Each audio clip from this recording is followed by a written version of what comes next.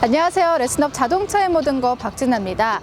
베이비붐 세대가 늘어나면서 지입차 찾으시는 분들 많으시죠. 그리고 최근에는요, 이 영화가 개봉되면서 지입차에 대해서 관심 더 많아지십니다. 어떤 영화인지 궁금하시죠? 오늘 이하나 씨와 함께 얘기 나눠볼게요. 안녕하세요. 안녕하세요. 어떤 영화인지 눈치채셨죠? 네. 뭐예요? 베테랑. 베테랑. 맞아요. 우리 배우 유아인 씨가 정말 멋지게 나온 베테랑이에요. 멋졌나요? 전 무섭던데. 저는 개인적으로 유아인 씨 그런 연기력을 본 적이 없어요. 지금 화면 나가죠? 와, 정말 이 재벌 2세의 이런 모습을 어떻게 표현할 수가 있었는지 너무너무 소름 끼치고 무서우면서도 진짜 멋있다. 저는 무서웠어요. 근데 사실 이 지입차 얘기가 베테랑 영화 속에 살짝 나와요. 거기서 운전을 하던 사람이 바로 정웅인 씨입니다. 맞죠? 예, 맞아요. 차주. 그럼 여기서 짚고 넘어가 볼게요. 우리 항상 말하죠. 원청, 화주, 차주. 세 가지 개념 다시 한번 볼게요. 영화에 빗대어서 볼까요? 일단은 무서운 우리 유아인 씨. 무서워 우리 유아인 씨. 네, 거기 회사가 화주가 되는 거예요. 화주. 네, 화주가 되는 거고. 그리고 또 그 밑에 무서운 아저씨 이렇게 등치 보이시죠? 등치 이렇게 크신 그분이 운수회사. 운수회사. 네, 운수회사가 되는 거고. 그리고 우리 정웅인 씨. 네, 이제 차주가 되는 거죠. 확실히 영화로 나오니까 그게 좀 더 피부에 와닿게 알 수 있었던 것 같아요. 네, 무서웠어요, 저는. 근데 영화를 보셨던 분들이 가장 많이 궁금해 하셨을 것 같아요. 저는 궁금했거든요. 진짜 이런 일이 있나요? 안타깝지만 정말 있어요. 어느 정도까지가 진짜 있는 일일까요? 뭐 영화에서는 어쩔 수 없이 많이 극대화시킨 부분도 있기는 있어요. 근데 고약한 회사들도 사실 많아요. 그러니까 급여만 제대로 나오면 그런 일이 벌어지지는 않았겠죠. 그렇죠. 근데 급여를 화주는 보통 줘요. 화주가 안 주는 경우는 거의 없어요. 근데 중간에 그 나쁜 아저씨. 나쁜 아저씨 운수회사 원청. 네. 그 중간에서 급여를 기사님까지 안 가는 그런 경우들이 꽤 많아요. 지금 정말 실제로 있었던 우리 현실에 있는 이야기를 한번 수면 위로 띄운 건 맞네요. 네, 맞아요. 그래서 더더욱 지입차를 준비하시는 분들이라면 더 조심하고 꼼꼼하게 알아보셔야 할 거고요. 그러니까 참 거기서 나타내고자 하는 게 이제 문제점도 있겠지만 이제 그걸 보시면서 느끼셔야 되는 거는 네, 중요해요. 회사가 규모 뭐 이런 게 솔직히 그렇게 크게 필요는 없어요. 제가 이건 개인적인 제 생각이에요. 만약에 내 남편이나 내 식구가 지입차를 알아본다고 한다면 저는 가장 먼저 보는 게 그 회사 오너 마인드를 볼 것 같아요. 예. 그러니까 왜냐하면 일이 안 생겼을 때는 너도 나도 다 같이 행복할 수 있어요. 근데 일이 잘못됐을 경우에 맞아요. 일이 잘못됐을 경우에 이 사람을 책임지고 끝까지 같이 갈 수 있는 마인드를 갖고 있는 오너인지 이건 굉장히 주관적인 내용이긴 하지만 직접 눈으로 가셔서 확인을 하시고 뭐 상담을 받는 매니저도 중요하지만 회사 분위기라든지 오너 마인드라든지 이런 거를 좀 체킹을 하셔서 시작을 하시면 그래도 조금은 더 도움이 되지 않을까.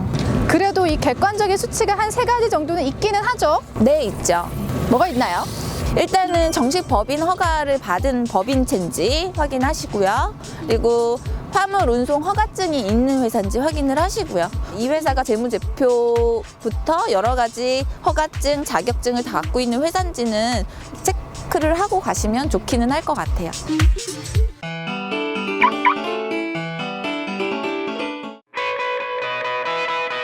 네, 지입차 고민하는 분들 많으십니다. 그 다양한 고민거리 저희가 속 시원하게 해결해 드리겠습니다. 오늘의 고민 궁금하시죠? 네. 50대 초반이세요. 어떤 일을 하셨는지 모르겠지만 약간의 연금을 좀 받고 계신데요. 그래서 장거리, 밤샘 이런 것들은 안 하셔도 어느 정도는 유지는 된다 이런 얘기를 하시더라고요. 근데 문제는 지입차였어요. 이 지입차를 중고차로 할지 새 차로 할지 어떤 걸 해야 할지 너무 큰 고민이 돼서 아직까지도 선택을 못하고 계신데요. 답변도 듣기 전에 어렵다는 느낌은 들어요. 해주셔야죠, 그래도? 그럼요, 해드려야죠. 일단은 이분은 상황이 좋잖아요. 어느 정도는 네. 좀 안정적이죠. 일단은 중고차를 할지 신차를 할지 또 고민하는 것 자체도 어떻게 보면 여유가 있으신 거예요. 그저 처음 시작하시는 다른 분들에 비해서는 약간은 여유가 네. 있으신 거죠. 근데 이게 중고가 좋다, 신차가 좋다 정확하게 말씀드리기는 어렵지만 중고, 신차 장단점이 정확해요. 그럼 장단점을 알아보면 되겠네요. 그렇죠. 이제 중고 같은 경우에는 사실 연식이 얼마 안 된 차량들은 없어요. 그쵸. 중고 시장에. 왜냐하면 있어도 바로 당할 것 같아요. 그렇죠. 굉장히 귀해요.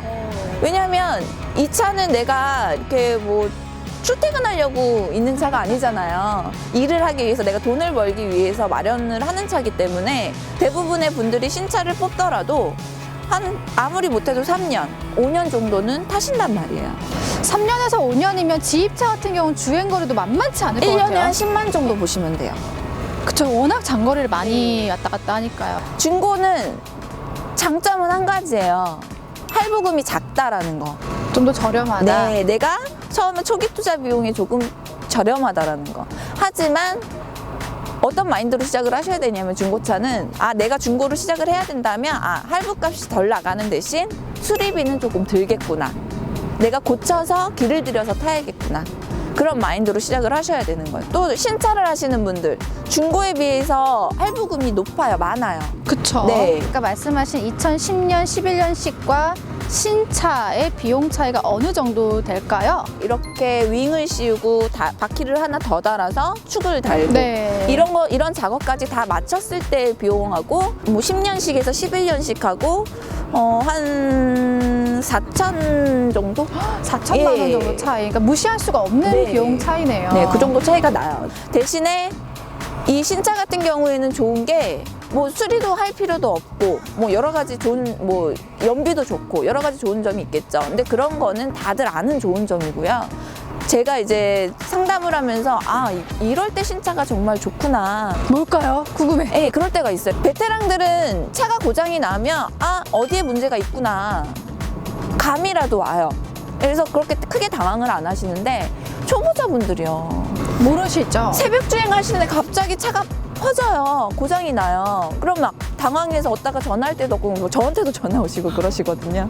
근데 이제 차가 고장이 나면 빨리 고쳐서 일을 할 수 있으면 다행인데 이게 승용차 같지 않아서 한번 이제 고장이 나서 센터에 들어가면 적어도 하루 이틀 정도는 내가 배차를 못 받는단 말이에요. 또 그게 하루하루가 네. 비용이 만만치 그렇죠. 않은데요. 그러니까 수리비 나가죠. 배차 못 받아서 매출 안 오르죠. 손해가 큰 거죠. 예, 그러니까 차가 중고가 됐든 신차가 됐건 내가 일을 할 때 크게 구애받지 않고 속 썩이지 않는 차, 건강한 차. 차도 건강한 걸 만나야 건강한 차를 만나야 나도 일을 건강하게 오래 하실 수가 있는 거예요. 그렇군요. 뭐 이분의 정확한 상황을 알기는 해야겠지만 제가 생각할 때는 그래요. 지입차를 아무래도 처음 시작하시는 분이고 또 금전적으로 굉장히 많이 부담스럽다 이런 상황은 아니기 때문에 이런 분들이라면 그래도 신차가 조금 더 낫지 않을까 조심스럽게 이렇게 생각을 해보고요. 반대로 굉장히 베테랑이세요. 굉장히 베테랑이고 앞으로 나는 이거를 딱 한 3, 4년 정도만 고장 있으면 그 정도만 수리하면서 이렇게 할 생각이다 라는 분들이라면 오히려 중고차도 나쁘지 않겠다. 중고차도 나쁘지 않죠. 네, 그런 생각을 좀 했습니다. 중고차와 신차 사실 지금도 그래서 어떡하라고 할 수 있지만 장단점에 대해서 정확하게 아는 것도 중요한 것 같아요. 네. 오늘 지입차의 모든 것에서는요, 영화 베테랑 속의 이야기, 진짜 우리가 일어나고 있는 일인지, 정말 일어나고 있다면 어떻게 대처해야 하는지에 대해서 좀 알아봤고요. 지입차, 중고차와 신차에 대한 장단점도 잘 알아봤습니다. 좋은 말씀 감사합니다. 감사합니다. 네, 저희는 다음 시간 또 찾아뵙도록 할게요. 다음 시간이 아마 2016년이 될 것 같아요. 한 살 더 먹네요. 한 살 더 먹고 여러분 찾아뵙도록 하겠습니다. 안녕. 안녕.